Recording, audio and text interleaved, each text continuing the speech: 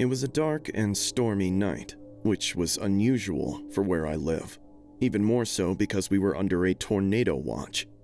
Now, I knew that tornadoes were very unlikely to even come near us, but regardless, me and my family went to the basement. I had a room down there. I helped build it, too. Once we were all in the basement, we turned on a local live stream covering the area and where the storm was likely to create a tornado. Since the sirens started late at night, I decided to try and sleep for an hour or so past when we started watching the stream. It was only 15 minutes later before the power went out. No worries, I thought. The storm was getting pretty bad, so maybe it just knocked out the power for a bit. 5 minutes passed, then 10. Soon, 30 minutes had gone by without any hope of the power coming back on. So, I got up and went to see if my family was still in the basement or if the sirens had turned off. But when I went to open my door, I could still see light from under it. Wait, that shouldn't be possible. I checked my light switch just to confirm the power was still out. It was. So, I assumed maybe they turned off the breaker to my room as a prank. Kind of a weird prank to pull during a storm, but I have some mischievous siblings. When I left my room, however, there was no one in the basement. I checked every room, any hiding place, and called up the stairs for them. Nothing. The siren was in fact still going off, so I was wondering why they would go back to their rooms, or at least, I assumed they did. The TV was still showing the live stream, but it felt familiar, like I already watched this specific part. After that weird feeling wouldn't leave me, I decided to go check the breaker. All the switches were on. I double and triple checked every one, especially the ones for the basement. Because of the way we wired the basement when finishing it, there was no way for just my room to even be turned off. Only the unfinished part of the basement was on a different breaker switch. I started to get a headache. Not a strong one, just enough to make me have to look away from the light. I don't usually get random headaches, but even so, I went upstairs despite the sirens. When I got up, all the lights were off, but I did check the power up there. It was still on. How strange, I thought to myself, that only my room was off. I had 4 different lights and a bunch of electronics to charge, so I was sure it wasn't just the lights all going out at once. I went around each room slowly, as my headache had gotten worse after going upstairs. There was no sign that anybody had been there since we went to bed earlier. I couldn't find either of my 2 cats, which was strange. They didn't like attention, but still liked me enough to tolerate me petting them. But I hadn't heard a noise from them either. Eventually, I checked upstairs, where all their rooms were. Every one of the bedrooms and bathrooms were empty, as if no one had been in them all day. I quickly thought to check the garage, although that would not be a good idea for them to drive around past midnight with a tornado warning active. And just as I thought, our cars were still parked nice and quiet in their spots, not moved from where they were since this morning. I started to feel my headache worsening, but didn't do anything else. I kept thinking about where they would be, when I suddenly heard a noise somewhere behind me. "Hello?" I called into the dark. I still hadn't turned on the main level lights, as my headache was still really hurting. No answer. Of course, I thought to myself. Then I heard another noise. It was further away and I didn't see any movement, but it sounded like it was coming from inside the house. It was a loud creak, seeming to come from upstairs. My house is quite old and creaks often, but this sounded like a footstep. "Hello?" I called again, a bit quieter this time. Still no answer, but another soft creak, closer to my location. I checked every room thoroughly. There was nothing and no one in the house. Yet something was in the house, managing to avoid me looking around the entire place. Another creak, much closer, heading towards the stairs. Even from where I was, nothing was visible, as the house was still dark. I was too scared to turn on any light switch at this point. My headache had gotten so bad that even if I turned on the lights, I wouldn't be able to look around because of the pain. The creaks were spaced far apart, almost like whatever was up there emphasized every other step. It wasn't crawling on all fours or darting around wildly. Whatever it was walking, slowly, methodically. That realization, combined with my headache building behind my eyes, convinced me to quickly and quietly retreat to my bedroom in the basement. A flash of lightning from outside lit up the house, and before I went downstairs, I caught a glimpse of this thing. Long limbs, a pale skin tone, and its face. Its face was flat and had this horrid dark color in splotches around its enormous mouth. Its eyes were darting everywhere, looking for something. I didn't want to think what the color might be, or if it knew I was there too. The headache was so bad now, and I almost slipped on the stairs on the way down, but eventually I made it down and rushed to my room. When I got into my room, I locked the door and blocked it with a large dresser. The opening to my room was almost like a small room attached to a bigger one, like I could have had a second door if I wanted to, so that helped me feel safer with something in front of the door. If worst comes to worst, I could climb out the only window we had in the basement and run to the cars to escape out there. I heard multiple creaks, quicker this time than before, moving around the house, looking for something. No, for me. It knew I was still here. That thought paralyzed me in place, and I couldn't do anything but listen to it moving around above me, trying to find where I had gone. Then, I heard it come downstairs, slow and careful. It walked down, and then I heard a new sound.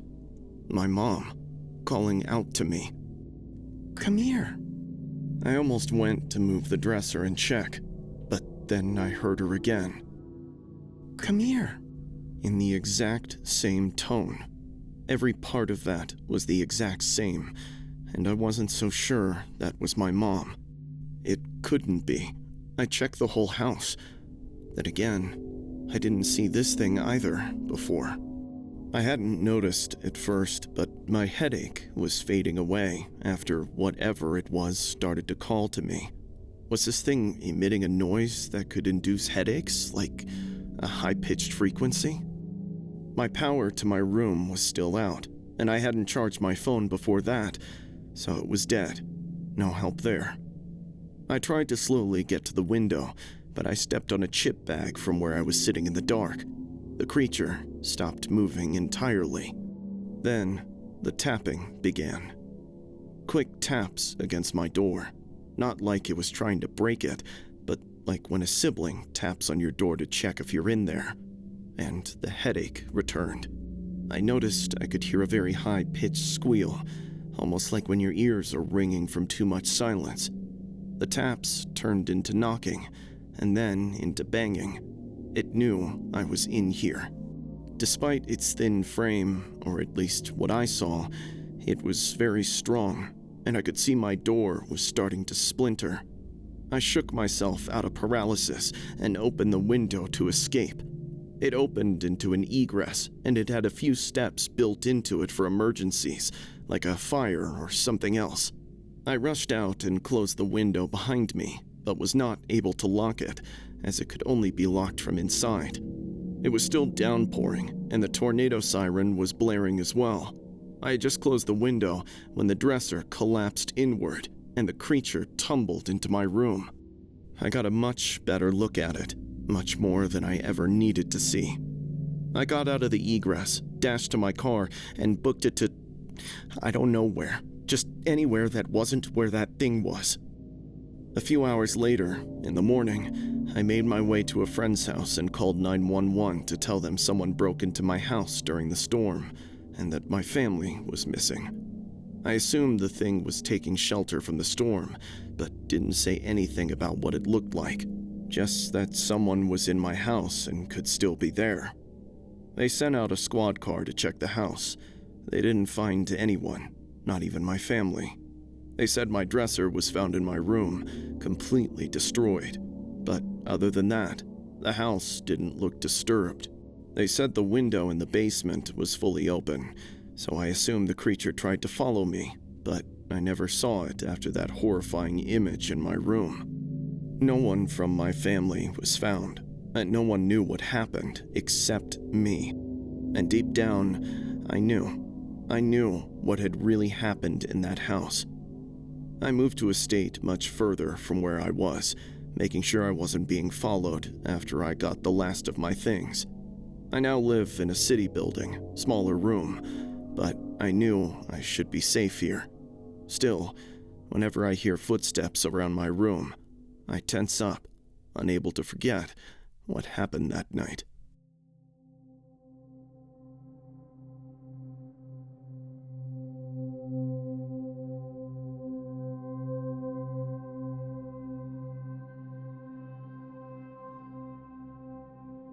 I'm writing this from room 17 of a crappy motel, about 15 minutes away from the building. It's 4:17 in the morning. The neon sign outside keeps flashing pink through the thin curtains, and my hands already look wrong on the keyboard. I don't know how much longer I can even type this. I left everything behind in that apartment. Clothes, charger, the box with Mom's ashes, all of it. I just ran. 3 weeks ago, my mother died. Cancer.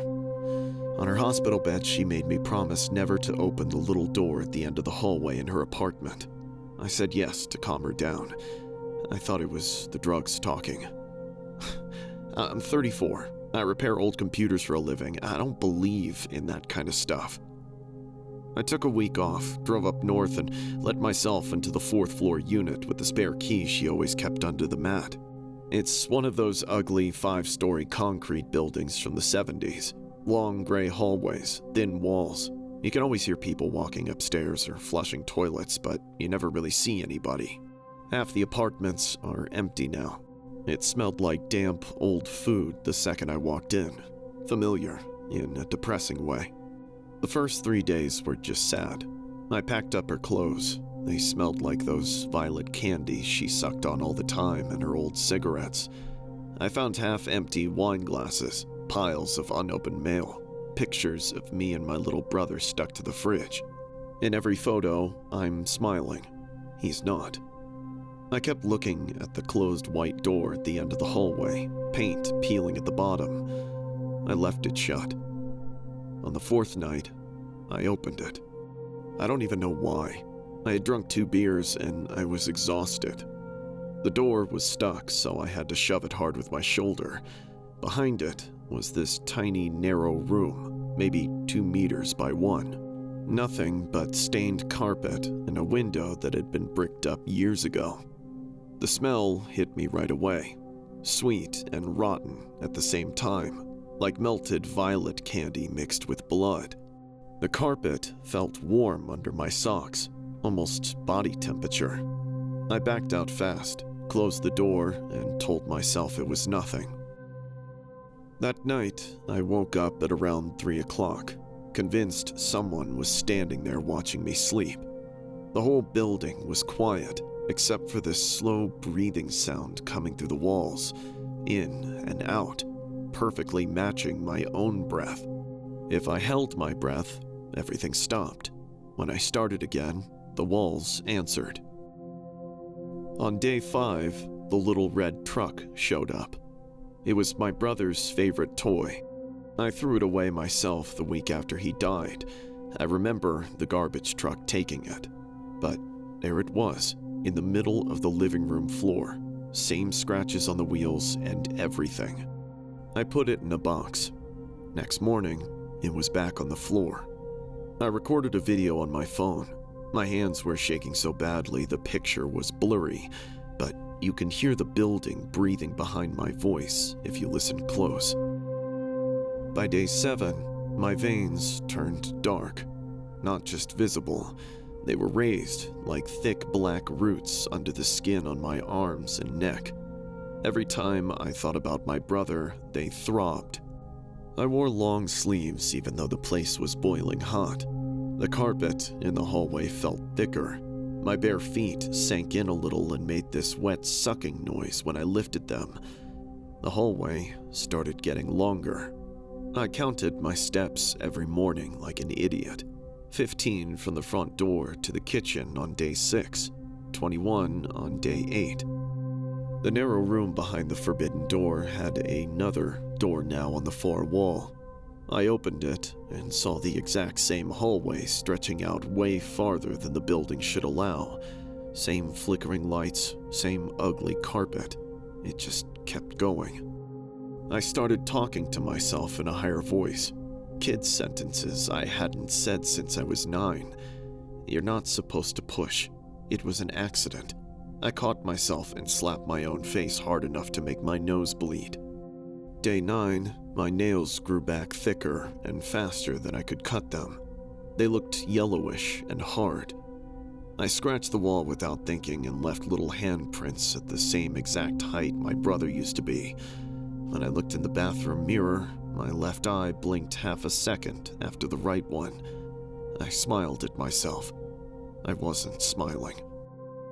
Day 10, the bumps started. Hard little lumps under the skin on my stomach and thighs, like teeth growing in the wrong places. If I pressed them, I could feel something move underneath. I threw up in the bathtub until I was dry heaving. The building was changing with me. I tried to leave on day 11, and the stairwell had 9 landings instead of 5. Every other apartment door was sealed from the inside with tiny handprints all over the metal. When I finally got to the ground floor, the lobby was dark and the front doors were gone, just a brick wall where they should have been. Last night was the end. I woke up on the floor of that narrow room. My clothes didn't fit anymore. My arms were shorter. My face felt loose, like the bones were sliding around under my skin. In the corner, there was a shape that looked exactly like me at 9 years old, wearing the same pajamas from the day he died. He smiled with my adult teeth still in his mouth. I ran. I don't remember getting down the stairs, just the sound of small feet chasing me and my own feet making wet slapping noises because they were getting softer and smaller. I made it to my car and drove until the gas light came on, checked into this motel under a fake name. My hands are shrinking while I type. The fingers are short and chubby now. My voice cracked earlier when I whispered "I'm sorry," and it sounded like a little kid. The violet candy smell is coming out of my own skin. I can feel new teeth moving behind my ribs. I'm still me, for now. I can still type this, but the building is calling me back. I can hear it breathing through the motel walls, getting louder. It wants me to take his place so the accident can be fixed. If you still have parents, don't ever go back to their place after they're gone. Especially if you've got something heavy you've never told anyone. I have to post this right now. My fingers barely reach the keys anymore. I'm sorry, Mom. I'm sorry, little brother. The neon sign outside just flashed exactly in time with my heartbeat. I think I'm going back tonight.